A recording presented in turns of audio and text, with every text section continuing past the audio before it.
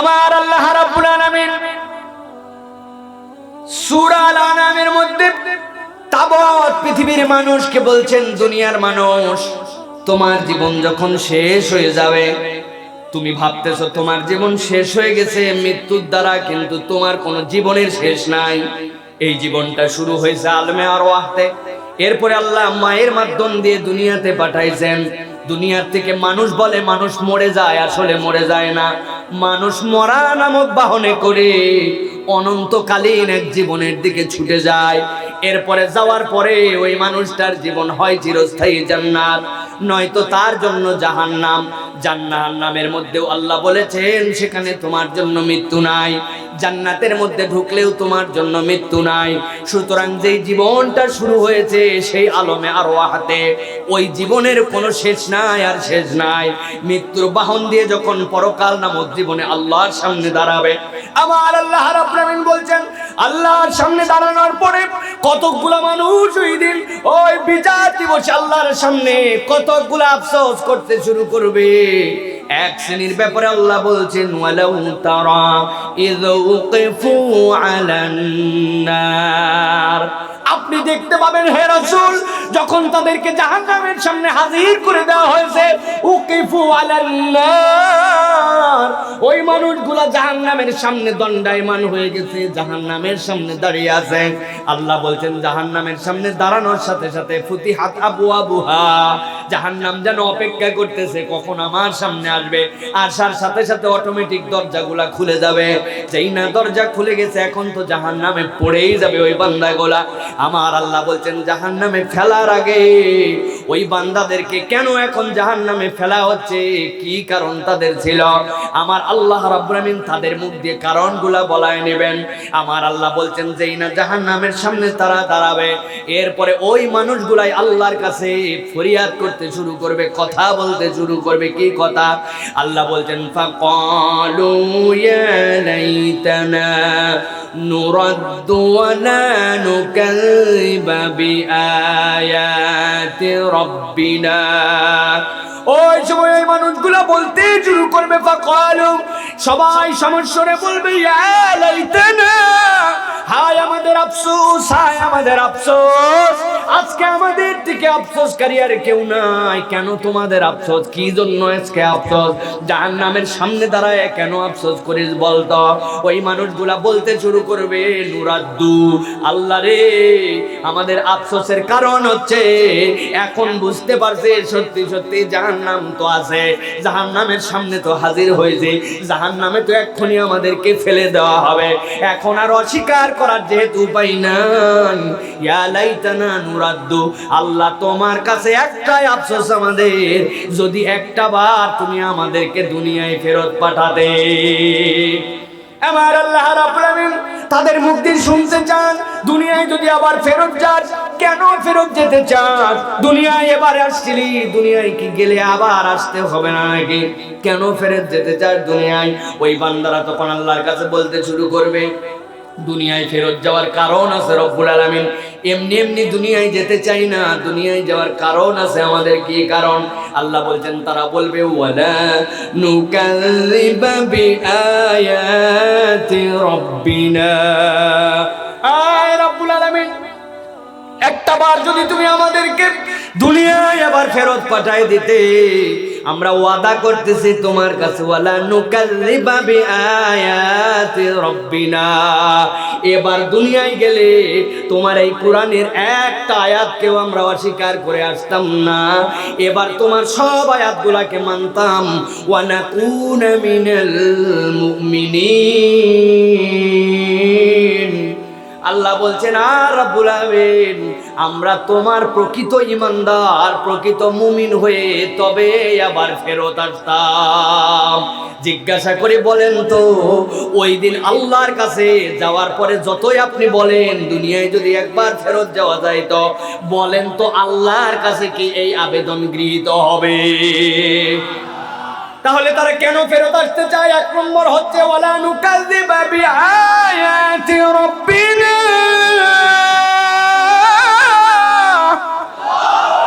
আয় রব্বুল আলামিন, দুনিয়ার বুকে চলতে চলতে তোমার কোরআনের কতক বিধান আমি মেনেছি আর কতক বিধান আমি মানি নাই।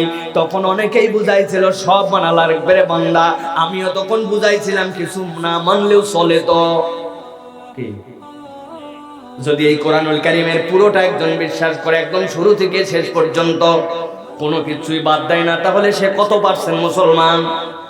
100% মুসলমান, ঠিক কিনা?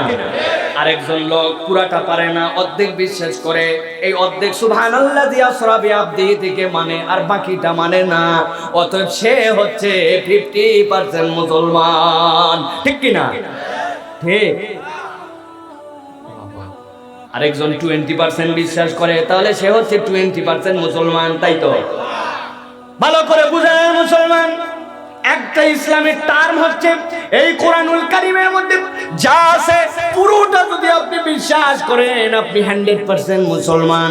আর এই কোরআনুল কারীমের মধ্যে থেকে কোনো একটা অক্ষরের কোনো একটা নোক্তার ব্যাপারে যদি আপনার সন্দেহ হয়, এই নোক্তাটা আল্লাহর পক্ষ থেকে হতেও পারে আবার নাও পারে, এতটুকু বললে আপনি হচ্ছেন 0% মুসলমান। এই জন্য আমার রব্বুল আমিন বলছেন ওই দিন যাওয়ার পরে কতক নামাজি, কত খাজি, কতগুলা পাক্কা পাক্কা দুনিয়ার বুকে বোঝা গেছিল ইমানদার, কিন্তু যাওয়ার পরে ওইগুলাও জাহান্নামের সামনে হাজির। আল্লাহ জিজ্ঞাসা করবেন কি ব্যাপার, বক্তব্য আসেনি কোনো?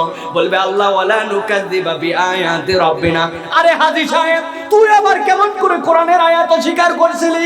হাজী সাহেব অস্বীকার করছিল ভিন্নভাবে। নামাজের ক্ষেত্রে হাজী সাহেবের পূর্ণ বিশ্বাস ছিল, রোজার ক্ষেত্রে বিশ্বাস ছিল, হজের ক্ষেত্রে বিশ্বাস ছিল, কিন্তু ওই হাজী সাহেবই যখন দোকান চালাইতো, ব্যবসা প্রতিষ্ঠান চালাইতো, হাজী সাহেবই বলছে 1400 বছর আগে সুদ মুক্ত একটা পরিবেশ ছিল, ব্যাংক বিমা ছিল না, এখন ব্যবসা বাণিজ্য করলে সুদ ছাড়া করা যায় না। ওই সুদের হুকুমটা বাংলাদেশের জন্য অতটা এখন কার্যকর নয়। বুঝছেন তো? আল্লাহ রাব্বুল আমিন বলছেন ওয়ালা নুকাযযিবা বিআয়াতি রাব্বিনা। ওই দিন ওই লোক বলবে আল্লাহ কোরআনের কত বিধান মানছিলাম আর কত বিধান আমি মানি নাই, আল্লাহ এখন বুঝছি সবই মানা লাগতো, এই জন্য একবার দুনিয়ায় ফেরত পাঠায়া দেখো, ওয়া নাকুনা মিনাল মুমিনিন, এবার আমরা 100% চাঙ্গা মুসলমান হয়ে ফেরত আসবো। ওই দিন আল্লাহর কাছে কি এই আবেদন গৃহীত হবে? হুজুর বলছে আপনাদের কাছে ওয়াজে যে বাবা ইসলাম হচ্ছে complete code of human life. Islam কোনো ধর্মের নাম নয়, ধর্মের নাম ইহুদিদেরটা, ধর্মের নাম নাসারাদেরটা, ধর্মের নাম হিন্দুদেরটা। ইসলাম কোনো ধর্মের নাম নয়, ইসলাম হচ্ছে জীবন বিধান, ঠিক কিনা? এর কোনো আনুষ্ঠানিকতা নাই। আপনি শবে বরাতের রাত উদযাপন করে ফেললেন, শবে মেরাজ নামে নতুন একটা রাতকে আবিষ্কার করলেন, কেবলমাত্র লাইলাতুল কদরের রাত্রে মসজিদ ভরায় ফেললেন, বাকি বছর আপনার কোনো খবর নাই। ইসলামের কম আনুষ্ঠানিক করে কোনো দিন তারিখ নির্ধারণ করার কোনো ইবাদত নাই, ঠিক না?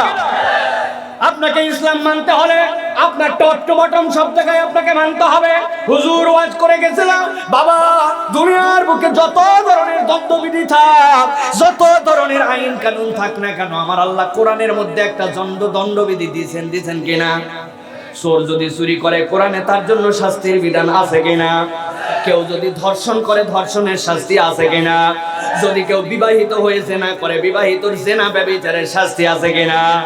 অবিবাহিত হয়ে যদি জেনা করে জেনা করার শাস্তি আছে কিনা? যদি মাতলামো করে মাতলামো করার শাস্তি আছে কিনা? কেউ যদি অপরের বোনের হক ভাইয়ের হক নষ্ট করে ওইটার ইসলামিক কোর্টে তার বিচার আছে কিনা? যখন হুজুর বলছে বাবারা ইসলামের দণ্ডবিধি একটা আছে, ওই দণ্ডবিধি অনুযায়ী দুনিয়ায় কেউ যদি জেনা করে ব্যভিচার করে ওইটা যদি প্রুফ হয়ে যায় আর কোনো মায়া নাই মহব্বত নাই, মাঠের মাঝখানে ফেলো, এরপরে পাথর নিক্ষেপ করতে করতে হত্যা করো। আপনি বলছেন যতই নামাজ পড়ি রোজা করি যাই করি এখন কি আর পাথর মেরে মানুষ মারা যায় নাকি? এটা কেমন দেখা যায় রে ভাই? আল্লাহর কথা ঠিকই আছে কিন্তু বাংলাদেশের জন্য আসলে ওইভাবে আমাদের সম্ভব নয়। আপনি মুসরায় আপনি পাক্কা নামাজি, পাক্কা হাজি, পাক্কা রোজাদার, দান সদকাও করেন, কিন্তু আল্লাহর দণ্ডবিধির কথা বললে যেই বক্তা বলে তারে আপনি বিভিন্ন দলের এজেন্ট হিসাবে বুঝার জানার চেষ্টা করেন। বোঝা যায় কোরআনের একটা আয়াতের অংশ হলেও আপনার অন্তরের মধ্যে এখনো প্রতিস্থাপিত হয় নাই, আপনি পূর্ণাঙ্গ মুমিন হতে পারেন না। ভালো করে বুঝে নেন প্রিয় মুসলমান, আপনার মাথায় ধরুক চাই না ধরুক, আপনার বুদ্ধিতে আসুক বা না আসুক, আপনার মনে পছন্দ হোক বা না হোক, আপনাকে কেউ বুঝায় পারুক বা না করুক, যুক্তিতে কুলাক বা না কুলাক, এটা আপনার ব্যাপার, এটা আপনার মাথার ব্যাপার। কিন্তু আমার আল্লাহ যখন বলছেন কোরআনুল কারীমের মধ্যে, যদি কোরআনকে ঈমান আনতে হয়, আমানতু বিল্লাহি ওয়া মালাইকাতিহি ওয়া কুতুবিহি ওয়া রাসূলিহি, আলেমদের কাছে যে শুনবেন, আল্লাহ রাব্বুল আমিন আগে বললেন আমানতু বিল্লাহ, আল্লাহর প্রতি ঈমান আনা লাগবে, ওয়া মালাইকাতিহি, কি ব্যাপার, নবীর পরে আল্লাহর পরে সবচেয়ে দামি যিনি তিনি হচ্ছেন নবী, অথচ আল্লাহ বলছেন মালাইকা। কেন মালাইকা বলেন? এই সিকুয়েলটাই এমনি এমনি হয় নাই, এই সিরিয়াল বোঝার মধ্যে অনেক বড় ব্যাপার আছে। আল্লাহ মালাইকা দিয়ে তোমাদের প্রতি আল্লাহর পক্ষ থেকে ওহী নাজিল করবেন। ওহীটা কার মধ্যে থাকবে? ওয়া কুতুবি, আল্লাহর যত কিতাব নবী রাসূলরা কেউ চিরদিন থাকবেন না, কিতাব থেকে যাবে। এরপরে আল্লাহ রাব্বুল আমিন বলছেন ওয়া রাসূলিহি, আল্লাহর রাসূলের প্রতি ঈমান আনতে হবে। যে এই চারটা বিষয়ের ঈমান বুঝবে না, সে তাকদীরের ভালো মন্দের ঈমান নিয়ে হইচই করবে, হাবুডুবু খাবে, তার তাকদীরের প্রতি পূর্ণাঙ্গ ঈমান আসবে না। আল্লাহ সিকুয়েল দিচ্ছেন। অতএব আপনি যখন বলছেন আমি কিতাবের প্রতি ঈমান আনি, ওই কিতাব আপনার মাথায় ধরুক না ধরুক, ওইটা আপনার বুদ্ধিতে কাজ করুক বা না করুক, আপনার সমাজে ওইটা থাক বা না থাক, সমাজে বাস্তবায়িত আছে কি নাই, কোনোদিন হবে কি হবে না তার কোনো চিন্তা আপনার নাই। আপনাকে বলতে হবে আমার আল্লাহর বিধান যেইটা, ওর থেকে উন্নত কোনো বিধান নাই, ঠিক কি না? এর নাম ঈমান। যদি আপনি এটা না বলেন কি হবে? আমার আল্লাহ বলছেন রব্বানা বাসারনা ওয়া সামি'না ফারজি'না না'মাল সালিহান ইন্না মুকিনুন।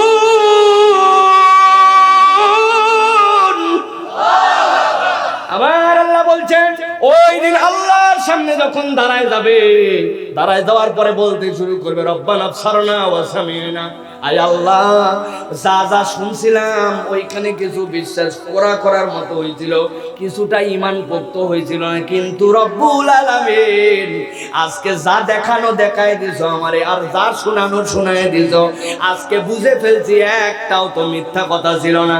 ফারজি'না, আয় রব্বুল আলামিন আমাদেরকে একটা বার দুনিয়ায় পাঠাই দাও। এই বেটা দুনিয়ায় কেন যাবি? দুনিয়ায় তো এতদিন ছিলি, কেন দুনিয়ায় যাবি? আল্লাহর কাছে বলবেন না আমাল সলিহান, আল্লাহ রে একবার দুনিয়ায় পাঠায় দেখো, আগের বার ভালো করতে পারি নাই, এবার পাঠায় দেখো ইবাদত করে বাম্পার ফলন করে ফেলবো। কি করবে?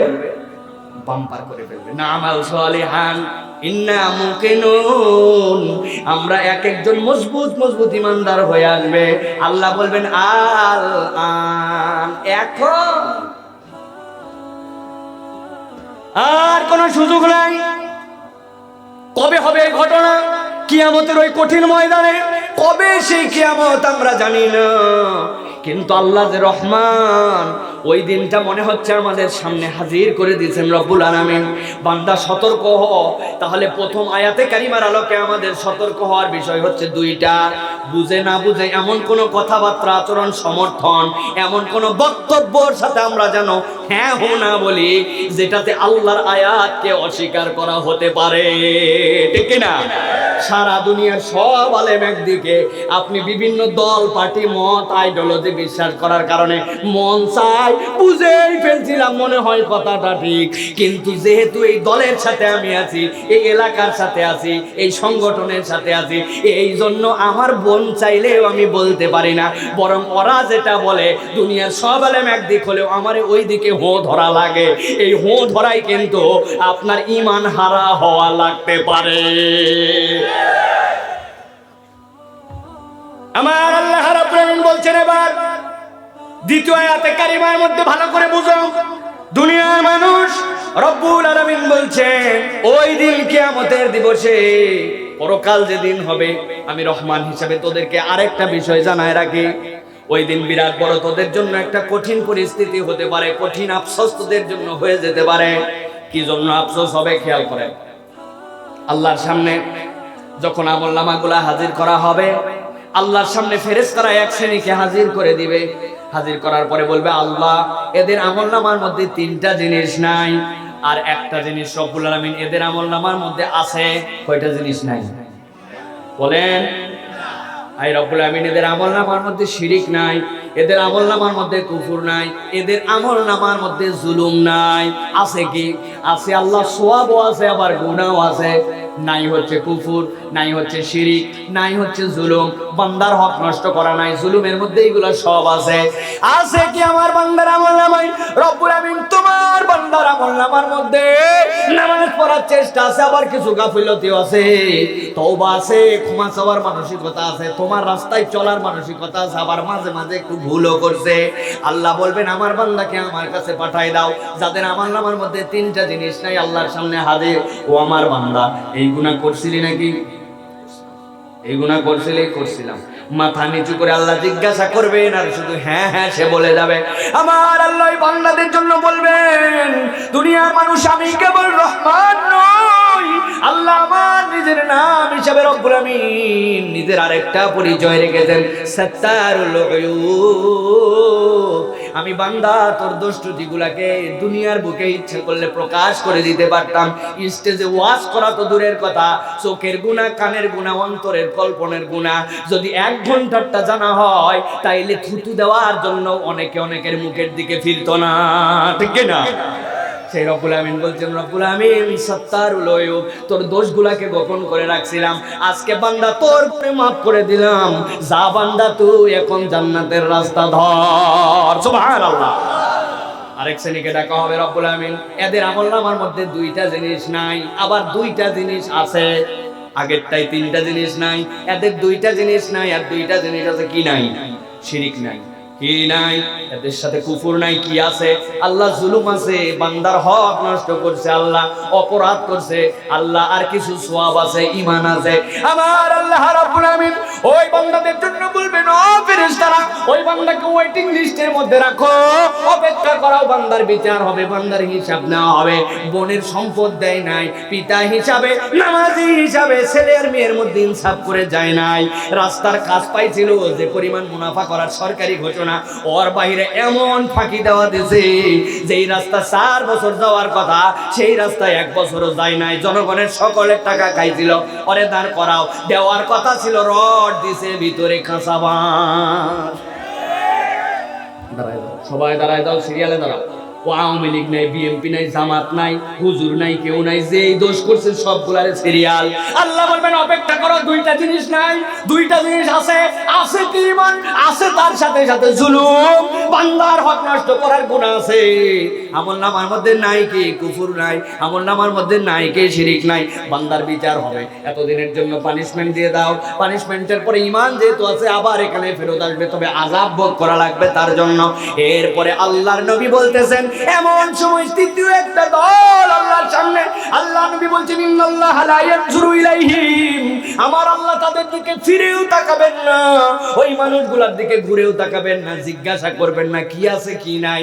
এক দলের জন্য তো আল্লাহ জান্নাত দিলেন, আরেক দলকে দাঁড় করায় দিলেন, আর এই দল কি হতভাগা, তাদের দিকে রব্বুল আমিন মুখ ফিরেও তাকালেন না, তাদের বিচার করা তো দূরের কথা, কিছু জিজ্ঞাসা না করেই তাদেরকে বলা হলো, ওয়াসিকাল্লাযিনা কাফারু ইলা জাহান্নামা যুমারা, এই বান্দাগুলাকে নিয়ে জাহান্নামের দিকে দৌড় লাগাও, এদেরকে ঝাঁকে ঝাঁকে ঝাঁকে ঝাঁকে জাহান্নামে পাঠাও। আমার আল্লাহ বলেন ওই সময় একদল বলতে শুরু করবে, ওয়ায়াকুলু ইয়া লাইতানি লাম উশরিক বিরাব্বি আহাদা,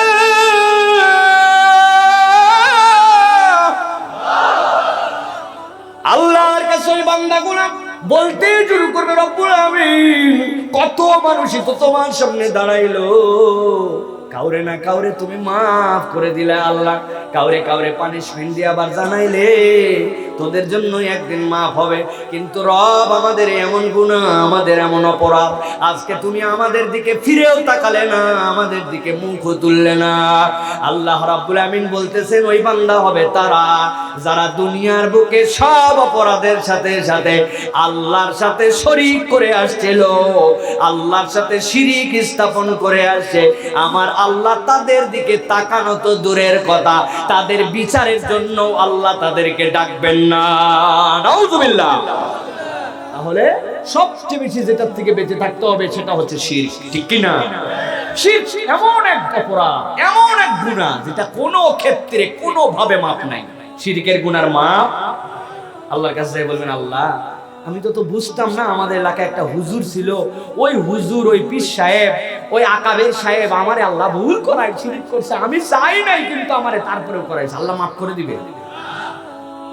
শিরকের গুনাহ আপনি ভুল করেছি আল্লাহর কাছে বললেও আল্লাহ রাব্বুল আমিন ওই দিন আপনাকে ছাড়বেন না। কেমন করে? আপনাদের এলাকায় একজন মানুষ অসুস্থ হয়েছে, স্থানীয় ডাক্তার বাঞ্চারামপুরে দেখানো শেষ, কিন্তু কাশি বন্ধ হয় না। বলছে, তুই এইগুলাতে সময় নষ্ট না করে হয় এদিক দিয়ে ঘাট পার হয়ে ঢাকা চলে যা, না হয় এদিক দিয়ে তুই চলে যা বাবা, যাই তুই ব্রাহ্মণবাড়িয়াতে ভালো ট্রিটমেন্ট করে আয়। বেচারি ঢাকায় গেছে, যাই ট্রিটমেন্ট করায়, স্থানীয় ডাক্তার দেখায়, বলছে 21 দিনের ওষুধ দিলাম, এরপরে কিন্তু যে কাশির কাশি, আপনার কফ কাশি সব পরীক্ষা করা লাগবে। এই যে 3টা সিরাপ, এইগুলা বড়ি, এইগুলা খেতে থাকেন, নিয়ম করে খাবেন, কোনোরকম এলোমেলো করবেন না। ওষুধে আসছে দোকানে, ওষুধের দোকানে দিছে জমা, ওষুধ আলা ওনারে বলতেছে, এই যে প্রথম যে ট্যাবলেটটা এই নাম, এইটা আপনি খাবার আগে খাবেন, দ্বিতীয়টা সিরাপ এটা 2 চামচ খাবেন, 3 নম্বরটা এটা খাবার আগে 1 চামচ খাবেন। সব বলে টলে যখন দিছে ওরে ওষুধ সব 21 দিনের, দোকানদার ডাক দিছে, বাবা আমার কাছে কান্ডা কাছে আনছে। দোকানদার বলছে, বাবা তুমি যেগুলো নাম বলে দিলে আমি বুঝবো কেমনে, আমি তো হচ্ছে টিপসই দেওয়া কিলো, নিজের নামই লিখতে পারি না, ওষুধের দাঁত ভাঙ্গা নাম, এগুলো আমি কিভাবে পড়বো আর কিভাবে আমি এগুলো বলবো? আগে বলবেন না। বাংলাদেশে কি আপনি একাই নাকি, এরকম কত রোগী আমাদের আছে, এগুলো সব আমাদের জানা আছে। দেন সব সহজ করে দিচ্ছি। কাশি নিয়ে ট্যাবলেট পাইছে, ট্যাবলেটের কোনা এরকম করে কাটে দিছে, দিয়ে বলছে যেটার কোনা কাটা থাকলো এটা আগে খাবে কিনা। এই যে বোতল, বোতলের গায়ে 1 টান 2 টান 3 টান, 1 টান মানে 1 চামচ করে, এটা খাওয়ার পরে খাবেন, বুঝছেন তো? এখন বলছে, বাপ তুই সহজ করে দিলি, সুন্দর। আইসে রাত্রেবেলা 3 বোতলের থেকে 3 চামচ ওষুধ খাইছে, ট্যাবলেট খাই শুয়েছে, সকালে উঠে আরো কাশি। এখন ওই পর্যন্ত যাই কেমনে, জানালার উপর রাখছে ওষুধ। ছোট একটা মাসুম মেয়ে আছে, তার ছোট 7-8 বছর, বলছে, মা ওই যে দেখ জানলার উপরে 3টা সিরাপ আছে, ওই 3 সিরাপের বোতল থেকে 3 চামচ ঢেলে নিয়ে আয় তো। গ্লাস নিয়ে মেয়ে চলে গেছে। বাচ্চা কাচ্চা বাপ মা ফুড ফরমাইশ করলে ছোটবেলায় খুব শুনতে চায়, ঠিক কিনা? দৌড়াই গেছে, যাই দেখি আব্বা বললো 3টা বোতল, কিন্তু যাই দেখি তো 4 বোতল। 3 বোতলের জায়গায় 4 বোতল কিভাবে? ওর ভাই সকালবেলা ওদের ক্ষেত আছে, ওই ক্ষেতে বেগুন লাগাইছে, সিম লাগাইছে, আরো কাঁচামরিচ লাগাইছে, ওই ক্ষেতের মধ্যে পোকা লাগছে, ওই পোক মারার জন্য সকালবেলা ইনডিল ওর মধ্যে ঢাইলে স্প্রে করে দিয়েছে, আর বোতলটা রাখছে ওর পাশে। মেয়ে চিন্তা করছে 3 বোতল, বলছে কোনটা নিব, কোনটা ছাড়া পড়বে না বাবা, ঝামেলা ঝঞ্ঝটের মধ্যে না, সব বোতল থেকে 2 চামচ করে ঢাইলে বাপেক দিছে, তো কাশতে কাশতে ঢাক করে মারিয়ে দিছে ভিতরে। এখন বুঝে থাকলে বলেন, 3টা কাশির ওষুধের সাথে 2 চামচ যদি ইনডিল মারে, তাহলে ওই লোকের কি ক্ষতি হবে না হবে? মাথা ঠিক আছে তো আপনাদের? কিসের আন্দাজি ক্ষতি হবে? ওই লোক মূর্খ মানুষ, পড়ালেখা জানে না, ওর মেয়েটা মাসুম বাচ্চা, হালাল নিয়তে কাশি যেন ভালো হয়, নিয়ত সহি ছিল, তাও ওষুধ খারাপ কাজ করবে। হ্যাঁ, তারপরেও বিষ কাজ করবে। প্রিয় ভাইয়েরা, ভালো করে বুঝেন, শিরিক হচ্ছে এই অপরাধের নাম। আপনি আল্লাহর কাছে যাই বলবেন, আল্লাহ বুঝিনি, না বুঝে মাজারে একটা সিজদা মারছিলাম, অমুক লোক আমারে নিয়ে যায় ঢিপ দেওয়াই ছিল, হাতের মধ্যে সুতা বান্ধাই ছিল, অমুক জায়গায় সন্তান হচ্ছিল না জন্য বাবা কালিশার দরবারে যায় মাজারে আমি মান্নত করছিলাম। আল্লাহ আমি বুঝি নাই, বাংলাদেশে আমি গরিব মুসলমান অশিক্ষিত ছিলাম। আল্লাহ বলবেন, যেটা তোরে বুঝাই ছিল আর যেটা বুঝিসনি, দুইটারে এক দড়িতে এখন ফাঁসি দেওয়া হবে, নিয়ে। এই জন্য প্রিয় ভাইরা, শিরিক হচ্ছে ভয়ঙ্কর অপরাধ। শিরিক থেকে বাঁচতে হবে আমাদেরকে। শিরিক থেকে যদি না বাঁচি, আল্লাহর কাছে পানাহ পাওয়ার কোনো কায়দা নাই। আর শিরিক মুক্ত ঈমান নিয়ে যদি যেতে পারি, কোনো না কোনো একটা ব্যবস্থা আল্লাহ করেই দিবেন। বলেন আল্লাহুম্মা আমিন। আল্লাহ রাব্বুল আলামিন এরপরে বলছেন দুনিয়ার মুসলমান, কিয়ামতের ময়দানে তৃতীয় যে বিষয়টা বান্দাদের জন্য বড় ভয়ঙ্কর হবে ওই দিবসে, কি হবে সেই দিন আল্লাহ বলছেন, ইন্না আনজারনাকুম আযাবান করিবা ইয়াউমা ইয়ানজুরুল মার'উ মা কদ্দামাত ইয়াদাহু ওয়া ইয়াকুলুল কাফিরু ويقول الكافر يا ليتني كنت ترابا। আমার আল্লাহ রাব্বুল আলামিন বলছেন, গভীর মনোযোগে বুঝেন। আল্লাহ বলছেন, ও দুনিয়ার মানুষ শুনে নাও, ওই কিয়ামতে তোমাদের যখন অত্যাসন্ন আযাব তোমাদের সামনে হাজির হয়ে যাবে, সাথে সাথে ইয়াউমা ইয়ানজুরুল মার'উ মা কদ্দামাত ইয়াদা, দুনিয়ার থেকে বান্দা যা যা পাঠায় আসছে ওই পরকালের জন্য আল্লাহর কাছে সবগুলা যখন হাতে নাতে পেয়ে যাবে, ওই বান্দা কিসের থেকে দান করছিল ওই দিন আল্লাহ কিন্তু প্রকাশ করে দিবেন। দুনিয়ার মানুষ জানুক বা না জানুক, আল্লাহর কাছে সব হিসাব আছে কিনা আছে। আলিমুন বিদাতিস সুদূর, আপনার অন্তরের মধ্যে চিন্তা উৎপাদন হওয়ার আগে আমার আল্লাহর জ্ঞানের মধ্যে যা চলে যায়, সেই আল্লাহ রাব্বুল আমিন বলছেন, ইয়াউমা ইয়ানজুরুল মার'উ মা কদ্দামাত ইয়াদা ওয়া ইয়াকুলুল কাফিরু ইয়া লাইতানি কুনতু তুরাবা।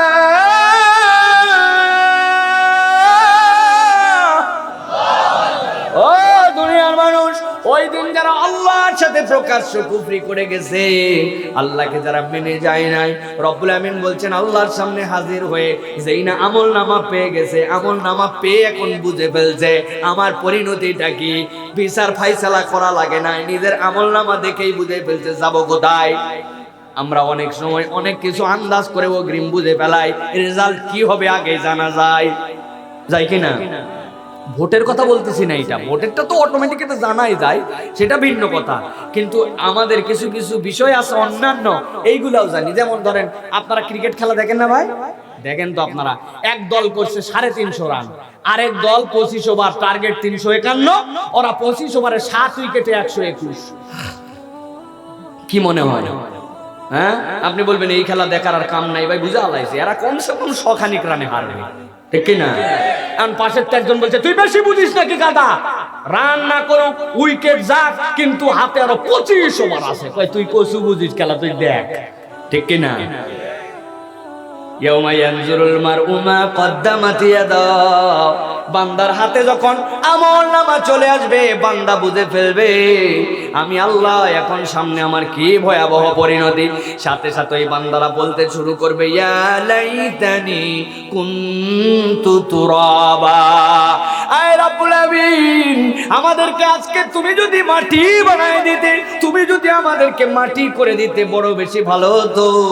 জিজ্ঞাসা হচ্ছে প্রিয় ভাইয়েরা, বান্দা পানি হতে যাবে না কেন, আগুন হতে যাবে না কেন, ছাই হতে যাবে না কেন, ওই বান্দা কেন ওই দিন মাটি হতে যাবে? আমার নবী বর্ণনা করছেন মুস্তাদরাক আল হাকিমের হাদিসের মধ্যে, আমার আল্লাহ রাব্বুল আমিন সব মানুষগুলাকে গ্যালারির মতো হাজির করবেন। সামনে প্রথমে বিচার শুরু হয়ে যাবে বাহিমাতুল আনআম, যেইগুলা দুনিয়ার বুকে আমাদের জন্য চতুষ্পদ প্রাণী ছিল, তাদের বিচার হবে। আল্লাহ একটা দুম্বা পাশে আরেকটা দুম্বাকে দাঁড় করাবেন, যেই দুম্বাটা পাশাপাশি দাঁড়াইছে একটার মাথায় শিং আছে একটার শিং নাই, যেটার শিং আছে সেইটারে শিং ফেলে দেওয়া হবে, যেইটার শিং নাই গজায় দেওয়া হবে। এবার আমার আল্লাহ বলবেন, অমুক উপত্যকায় ঘোরার সময় এইটার মাথায় শিং ছিল না আর তোর শিং ছিল, তুই অন্যায়ভাবে 10টা গুতা দিয়েছিলি, এখন তোর শিং ফেলায় দেওয়া হলো, তোরে শিং দিয়ে দেওয়া হলো, 10টা গুতা এখন এইটারে লাগা। 10টা গুতা যখন দিবে, এরপরে আমার রব্বুল আলামিন সামনে যত প্রাণী আছে মানুষ ছাড়া সবগুলাকে বলবেন তোমরা মাটি হয়ে যাও, সাথে সাথে সবগুলি মাটি হয়ে যাবে। এইটা দেখে কাফের মুশরিকের দল, যারা দুনিয়ার বুকে আল্লাহকে মানে নাই, আল্লাহকে পছন্দ করে নাই, আল্লাহর কোরআনকে অস্বীকার করেছে, আল্লাহর নবীকে অস্বীকার করেছে, আল্লাহ বলছেন ওই দিন একসাথে বলবে, ইয়া লাইতানি কুনতু তুরাবা। আয় আল্লাহ, আজকে আমাদের বিচার না হয়ে যদি এদের মতো মাটি হইতাম, তাইলে আমাদের জন্য বড় বেশি ভালো হইতো। বলেন তো ওই দিন আমাদের এই আবেদন নিবেদনে আল্লাহর কাছে কি এই আবেদন করলে মাটি হওয়া যাবে? যাবে? তাহলে নিশ্চয়ই এমন আমলনামা বানায় নিয়ে যেতে হবে যে আমলনামা দেখে নিজের কাছে ভয় লাগবে না, অন্তত পক্ষে আনন্দ হবে যে রব্বুল আমিন কিছু না থাক তারপরেও তো কিছু প্রচেষ্টা করে আসছে, আমার রাহিম রবের প্রতি আমার ভরসা আছে। কিন্তু আমলনামার যদি তলা ছিদ্র থাকে তাইলে কিন্তু ওই আমলনামা আল্লাহর কাছে কিছুই দাম পাবে না, ঠিক না? একটা উদাহরণ দেই, খেয়াল করেন, আলোচনার শেষের দিকে ভালো করে খেয়াল করেন। একটা পাত্র ধরেন, এত বড় একটা হীরার পাত্র, কত দাম হতে পারে ভাই? কত? এত বড় হীরাই নাই দুনিয়ায়, পাত্র কোত্থেকে আসবে আন্দাজি? তারপরেও ধরেন কত দাম, 100 কোটি, কত ধরলাম, ধরলাম 100 কোটি। যার নাই তার আবার দাম ধরতে সমস্যা কি, 100 কোটি। আরেকটা ধরেন সোনার পাত্র, এত বড় সম্ভব আছে, ধরেন এইটার দাম কত, ধরলাম 1 কোটি। আরেকটা তার পাশে একটা রূপার পাত্র, এত বড়, কত দাম, 10 লক্ষ। তার পাশে সেম সাইজের একটা মাটির পাত্র এত বড়। আপনাদের এই ফরদাবাদ এলাকায় কয় টাকা? হ্যাঁ, 50 টাকা। চাচা বলছে ধরলাম, এটা তাও একটা মাটি হলে ওটা ইজ্জত আছে, এই জন্য 50 টাকা ধরলাম। তাহলে একটা হচ্ছে 100 কোটি, একটা হচ্ছে 1 কোটি, একটা হচ্ছে 10 লক্ষ, আর একটা হচ্ছে 50 টাকা। সবগুলাই হচ্ছে হাফ কেজির ক্যাপাসিটি রাখে। এই যে 3টা পাত্র, প্রথমটা হীরা, তারপরেরটা সোনা, তারপরেরটা রূপা, এইগুলার তলা দিয়া সুই ঢুকে কিনা ঢুকে, একটা চুল ঢুকে কিনা ঢুকে, এইরকম করে একটা করে ছিদ্র করে দিয়েছেন। আর মাটির পাত্রে কোনো ছিদ্র রাখেন নাই। এরপরে গোয়ালারে বলছেন, গোয়ালা ভাই 4টা পাত্রেই হাফ কেজি করে সমান একটু দুধ ঢেলে দে। দুধ ঢালা হয়েছে। 1 ঘন্টা, 1.5 ঘন্টা, 2 ঘন্টা পর আপনি দেখতে আসছেন, অবস্থা কি? বুঝে থাকলে ঠান্ডা মাথায় চিন্তা ভাবনা করে উত্তর দেন তো, আধা ঘন্টা, 1 ঘন্টা, 2 ঘন্টা পর কোন পাত্রের দুধটা থাকবে? না, এতক্ষণ কাদের সাথে ওয়াজ করলেন? কেমনে? 100 কোটি টাকা দাম, টানা 4 বার ক্ষমতায় আছি, পাওয়ারের কোনো অভাব নাই, আমার কথায় উঠে বসে ক্ষমতা, দাপট, অহংকার, দুনিয়ার আমি আমেরিকার প্রেসিডেন্ট, জাতিসংঘের আমি প্রধান, আমার হুকুম বলে কথা, ওর ভিতরে ফুটা থাক কি না থাক, তলা থাক বা না থাক, আমার ক্ষমতার দাপটেই তোর মধ্যে দুধ থাকা লাগবে। থাকবে? সোনারটাই থাকবে, রূপারটাই থাকবে, থাকবে কোনটাই? প্রিয় মুসলমান, ভালো করে বুঝেন, আপনার ইমানটা হচ্ছে ওই রকম, আর শিরিকটা হচ্ছে আপনার বাটির ছিদ্র। আপনি দুনিয়ায় যত দাপট দেখান, যত ভাব মারেন, যত প্রভাব প্রতিপত্তি দেখান, দুনিয়ার এইটা বড় সীমিত। আল্লাহর কাছে যদি আপনি মাটির মতো পাত্র হন, কিন্তু তলা যদি ছিদ্র না হয়, আল্লাহর কাছে আপনার দাম হচ্ছে অনন্য। আমার আল্লাহ বলছেন, ইয়াউমা লা ইয়ানফাউ মালুন ওয়ালা বানুনা ইল্লা মান আতাল্লাহা বিকলবিন সালিম।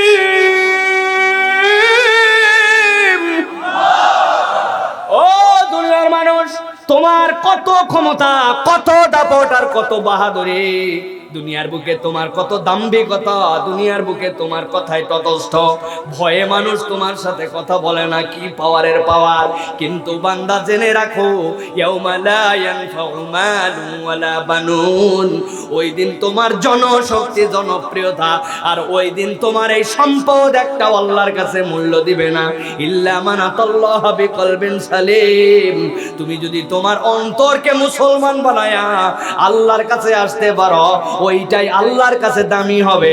নসের দুনিয়ার এই চাকচিক্কর বাহাদুরি আর দাপট, ওইগুলা ওই সোনার উপর হীরার পাত্রের মতো, পাত্র দামি ঠিকই ছিল, কিন্তু তলার মধ্যে ছিদ্র ছিল। প্রিয় মুসলমান, এবার আমরা সর্বশেষ কারণ বলবো। প্রিয় মুসলমান, ভালো করে খেয়াল করেন, এতক্ষণ পর্যন্ত যা বলা হয়েছে আল্লাহ রাব্বুল আমিন এবার যে আয়াতে কারিমা দিবেন একটু ব্যতিক্রম, খেয়াল করেন, গভীর মনোযোগ দেন। প্রথমটাতে আমরা দেখছি আফসোস করবে বান্দা, আল্লাহর আয়াত অস্বীকার করছে, দুনিয়ায় ফেরত যেতে যাবে, পূর্ণ মুমিন হতে পারে নাই। আল্লাহ বলছেন এইটা তোমাদের আফসোসের কারণ। দ্বিতীয়টার আফসোস বলছেন আল্লাহ, ওই দিন বলবে আল্লাহ আমরা যদি মুশরিক না হতাম তাইলে বড় বাচ্চা বেঁচে যেতাম। আফসোস করেছে বান্দা, আল্লাহ জানাই দিয়েছেন। 3 নম্বর আল্লাহ রাব্বুল আমিন বান্দাকে বলেছেন, ওই দিন যাওয়ার পরে আমল নামা যেই না পাবে, আমল নামা পাওয়ার সাথে সাথে বলতে শুরু করবে, রব্বুল আলামিন আমারে যদি একটুখানি তুমি মাটি বানাইতে। আফসোস করছে শেষ। কিন্তু এবার যে আয়াতে কারিমায় আল্লাহ রাব্বুল আমিন আফসোস বলবেন। আফসোস বলার সাথে সাথে আল্লাহ অ্যাকশনও বলবেন। আবার কারণ কি একটু ভাবতে হবে, একটু চিন্তা করতে হবে, গভীর মনোযোগে বুঝেন। আমার আল্লাহ বলছেন, ইয়াকুলু ইয়া লাইতানি কদ্দামতু লিহায়াতি فيومئذ لا يعذب عذابه أحد ولا يوثق وثاقه أحد। আমার আল্লাহ রাব্বুল আমিন বলছেন, খেয়াল করেন, ওই কঠিন ময়দানে কোনো হয় নাই, কবে হবে, কোন দিন যে সেই দিবস আমাদের জানা নাই। কিন্তু সেই দিবসে বান্দা একদিন হাজির হবে, হাজার হাজার কোটি কোটি বছর পরে হতে পারে। কিন্তু সেই দিনের কথা আল্লাহ বলছেন, একটা চিত্র বুঝো। একদল বলতে শুরু করবে, ইয়াকুলু ইয়া লাইতানি কদ্দামতু লিহায়াতি। আয় আল্লাহ, আজকে বড় আফসোস রে মাবুদ। কি জন্য আফসোস? যদি আমরা আজকের এই দিবসের জন্য কিছু কামাই রুজি করে পাঠায় আসতাম, তাইলে আজকে আমরা চলাফেরা করতে পারতাম। আজকে এই পরকাল দিবসে আমরা যা পাঠায় আসছি, আসার পরে দেখি এখানে টাকা পয়সা বড়ই সংকট। পরকালে চলতে টাকা পয়সা লাগবে কিনা? লাগবে। বাংলাদেশে চলতে আপনার যে মুদ্রাকে ব্যবহার করেন, আমাদের মুদ্রার নাম কি? যারা জানেন না তারা বলেন না, আর যারা ঘুমায় গেছেন তারা বলেন না, যারা জেগে আছেন তারা বলেন। বাংলাদেশের মুদ্রার নাম কি? সৌদি আরবের মুদ্রার নাম কি? আমেরিকার মুদ্রার নাম কি? পরকালের মুদ্রার নাম কি? সওয়াব। এই যে আমার মুরব্বী বলছেন নেকি, ওইটারই আরবি হচ্ছে সওয়াব। পরকালের মুদ্রার নাম কি? পরকালে চলার জন্য আপনার মুদ্রা লাগবে, সওয়াব লাগবে। আমার আল্লাহ বলছেন, ওই দিন আল্লাহর সামনে হাজির হওয়ার পর একদল বলবে, ইয়াকুলু ইয়া লাইতান, জন্য সওয়াব লাগবে। আল্লাহ ধাপ তুলতে সওয়াব লাগবে। রব্বুল আমিন আমার আমল নামায় তো কিছু নাই। আফসোস আফসোস, আজকে আমরা দুনিয়ায় থাকতে যদি কিছু পাঠায়া আসতাম। আল্লাহ অন্য কোন আয়াতের মধ্যে এরপর এরকম থামকি দেন নাই, কোন রকম ভয়াবহতার কথা বলেন নাই, আফসোস বলেছে। কিন্তু আল্লাহ বলছেন, যেই বান্দারা এই কথা কেবল উচ্চারণ করবে, আমার আল্লাহ তাদের প্রতি এমন রাগা রেগে যাবে, এমন গরম হয়ে যাবেন। আল্লাহ বলছেন, ফায়াউমা ইদিল্লা ইউআযিবু আযাবাহু আহাদ। এই বান্দা, তোদেরকে দুনিয়ায় 20 বছর, 30 বছর, 50 বছরের জীবন দিয়েছিলাম। কেউ বা তারও বেশি, কেউ বা তারও কম, কিছু না কিছু তো জীবন পেয়েছিলি। বোধ হওয়ার পরের থেকেই তো তোর মাসালা শুরু। কিন্তু তখন তুই কি করছিলি? তুই যদি বোধ হওয়ার পরে একদিন বাঁচিস, ওই একদিনের হুকুম আদায় করলেই তো হবে। তুই যদি বোধ হওয়ার পরে 20 বছর বাঁচিস, ওই 20 বছরের হুকুম আদায় করলেই তো হবে। তোর বয়স 30, কিন্তু আমি তো তোর 70 বছরের হিসাব নিব না। কিন্তু আজকে এসে কেন বলিস আল্লাহ পরকালের জন্য যদি কিছু পাঠাইতাম?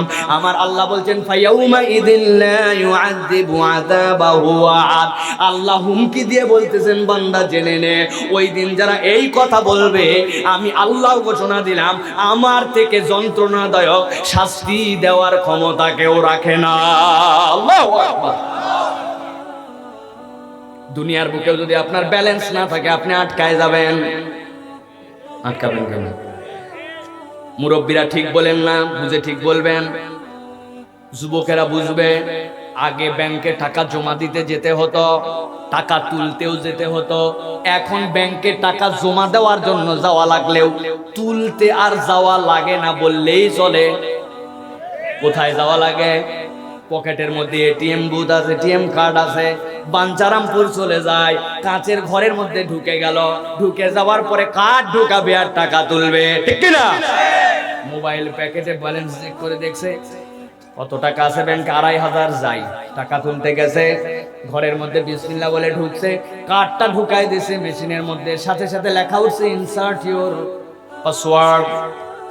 4 অঙ্কের পাসওয়ার্ড চাপ, ইনসার্ট ইওর ব্যালেন্স। সাথে সাথে ব্যালেন্স যেই না চাপ দিছে, ব্যালেন্স দুই ভাবে, একটা হচ্ছে ফার্স্ট ক্যাশ, আপনার পাশে লেখাই আছে 1000, 2000, 3000, 5000, আর একটা হচ্ছে যেই অঙ্ক চান উনার ব্যালেন্স আছে 2500, কিন্তু বিসমিল্লাহ বলে যা হয় হোক, যদি বাড়াই বলে দিছে চাপ 5000। কত দিছে? 5000 চাপ দেওয়ার সাথে সাথে মেশিনে লেখা উঠছে you have not sufficient balance, please insert the correct amount. বলার সাথে সাথে মেশিনটা আবার কার্ডটা ঠাস করে ঠেলে দিয়ে টুট টুট কার্ড বাইর করে নেওয়ার পরে চিন্তা করছে আল্লাহ যা হয় হবে। এবার 3 বার সূরা ইখলাস পড়ছে, একবার দরুদ শরীফ পড়ে মেশিনে ফু দিছে। এরপরে বিসমিল্লাহি তাওয়াক্কালতু আলাল্লাহ বলে বলছে আল্লাহ এবার যদি বাড়াই 1000 মসজিদ, 1000 মাদ্রাসা, 1000 এতিমখানা, আমি খালি আল্লাহ 3000 বলে ঢুকায়া চাপ দিছে 6000। আগের বার তাও কাট বাড়াইছিল, মেশিন বুঝবে এই লোকটা 2 নম্বর হতে পারে, সঠিক ব্যক্তির হাতে হয়তো কার্ড নাই, এই জন্য মেশিনের স্ক্রিনে বড় করে লেখা উঠবে বাবাজি আপনার কার্ডটা মেশিন গ্রহণ করে খাইয়ে ফেলাইছে, কার্ড নেওয়ার জন্য আপনি হেড অফিসে যোগাযোগ করুন। ঠিক না? আমার আল্লাহ বলছেন ইয়াকুলু ইয়া লাইতানি কদ্দামতু লিহায়াতি ফায়াউমা ইযিল লা ইউআযিবু আযাবাহু আহাদ ওয়া লা ইউযিকু ওয়াসাকাহু আহাদ। ও দুনিয়ার মানুষ, আল্লাহর কাছে যে যদি একবার তুমি বলো আল্লাহ দুনিয়ায় যা জীবন পাইছিলাম আল্লাহ কামাই করে আসতে পারি নাই, আল্লাহ এই ধরনের বান্দার উপরে এমন রাগা রাখবেন, আল্লাহ বলছেন ওই দিন আল্লাহর কোনো কথা শুনবেন না, সাথে সাথে আল্লাহর আযাব দিয়া ওরে ইচ্ছা মতো তুলা ধুনা করে দিবে। নাউযুবিল্লাহ। দুনিয়ার আযাবের সাথে কি আল্লাহর আযাবের কম্পেয়ার করেন নাকি? হ্যাঁ, আরে দুনিয়াতেও আগুনে পড়ছে, আল্লাহরও আগুন, তাই নাকি? দুনিয়ারও শাস্তি আমারও শাস্তি, তাই প্রিয় মুসলমান দুনিয়াতেও দেখবেন আল্লাহ যে বলছেন ওয়ালা ইউসিকু ওয়াসাকাহু আহাদ, এইটুক বলে শেষ করব, খেয়াল করেন দুনিয়ায় অনেক সময় শাস্তির রকম ফের হয়, ডিউরেশন কম বেশির দ্বারাই কেবল শাস্তি একরকম হয় না। একজন অপরাধ করছে, যদি ধরে তাকে বিচারে দেওয়া হয়, থানা কোর্ট যদি হয়, তাইলে তার জন্য বড় বিপদ আছে, বাইন্দে একদম কমসে কম 6 মাসের জেল হবে, দণ্ডবিধির যদি তার জন্য জেল হয়ে যায়, জীবনে সরকারি চাকরি বাকরি আর কিচ্ছু পাবে না, জানেন তো? চেয়ারম্যান সাহেব বলতে সামাজিক বিচার করা হবে, মেনে নিবেন তো? বাপ মা সব বলছে হ্যাঁ হ্যাঁ মেনে নিব। সামাজিক ভাবে সবাই মিলে বিচার করছে, শীতের দিন, যে শীতের দিন সকাল 7টা থেকে দুপুর 12টা পর্যন্ত গলা পানিতে পুকুরের মধ্যে ডুবে থাকা লাগবে, এইটাই তোর শাস্তি। আর শাস্তি শুরুর আগে ডান গালে 10টা জুতার বাড়ি, বাম গালে 10টা জুতার বাড়ি। বাপ মা সহ সবাই বলছে মানে নিবেন না, নিয়ে উপায় আছে নাকি? জেল, জরিমানা, কোর্ট কাছারি, আদালত, যদি আর যাদের সাথে অপরাধ করছে ওরাও যদি বেশি বেশি আগায় তাইলে আমাদের আরো বিপদ হবে, এটা আমরা মেনে নিয়েছি। এখন জিজ্ঞাসা করি ভাই, শীতের যে শীত, গোসলই তো করেন না আপনারা, আমরা না গোসল করেন?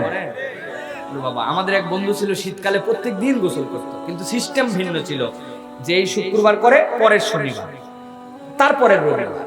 জিজ্ঞাসা করে প্রতিদিন করছে, হ্যাঁ শুক্র শনি রবি সোম, কিন্তু এটা দিয়ে 8 দিন পর পর শুক্র, তারপরে শনি, তারপরে রবি। এখন এই শীতের মধ্যে যদি গলা পানিতে সকাল 7টা থেকে দুপুর 12টা পর্যন্ত ডুবায় রাখে, বলেন তো ঠান্ডাতে তার অবস্থা খারাপ হওয়ার সম্ভাবনা আছে কিনা? হাড় কাঁপাকাঁপি বাঁধবে কিনা? জ্বর জিরাত নিউমোনিয়া হয়ে যেতে পারে কিনা? শাস্তি ভয়াবহ।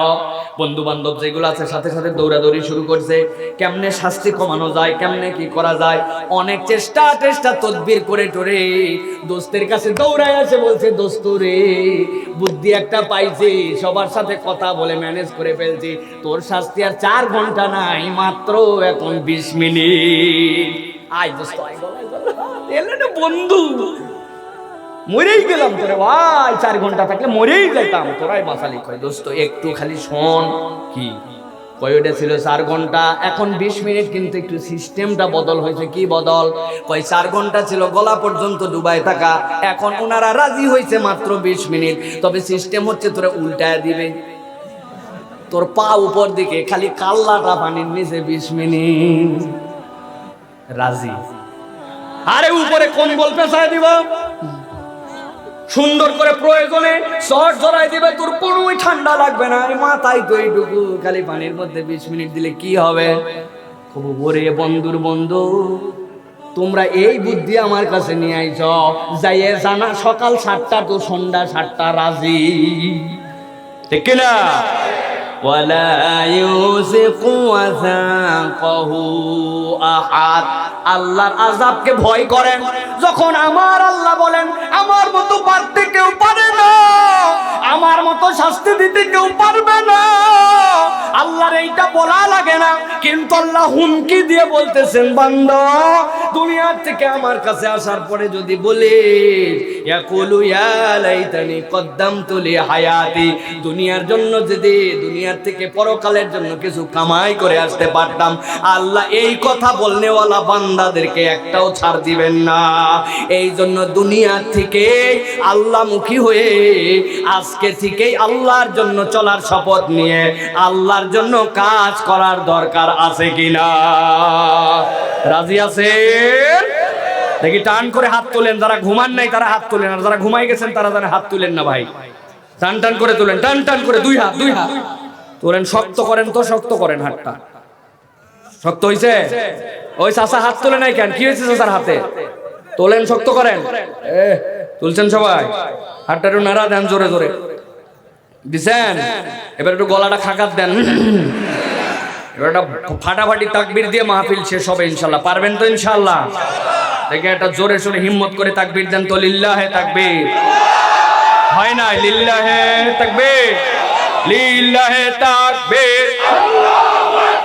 আল কোরআনের আলো, আল হাদিসের আলো, আলেম ওলামা যেখানে, লিল্লাহে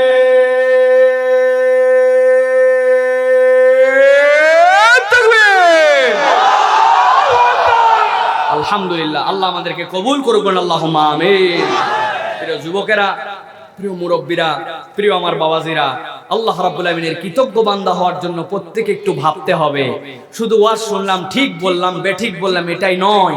নিজেদের জীবনে কি কি আল্লাহর কৃতজ্ঞ হলে আল্লাহ খুশি হতে পারেন, কোন আচরণগুলো ছেড়ে দিলে আমার আল্লাহ সন্তুষ্ট হয়ে যাবেন, ওইটা বিবেচনা করে আজকের মাহফিল থেকে একটা যদি শপথ নিতে পারেন, ইনশাআল্লাহ আজকের আশা বসা শোনা আল্লাহর কাছে কবুল হয়ে যাবে। বলেন আল্লাহুম্মা আমিন।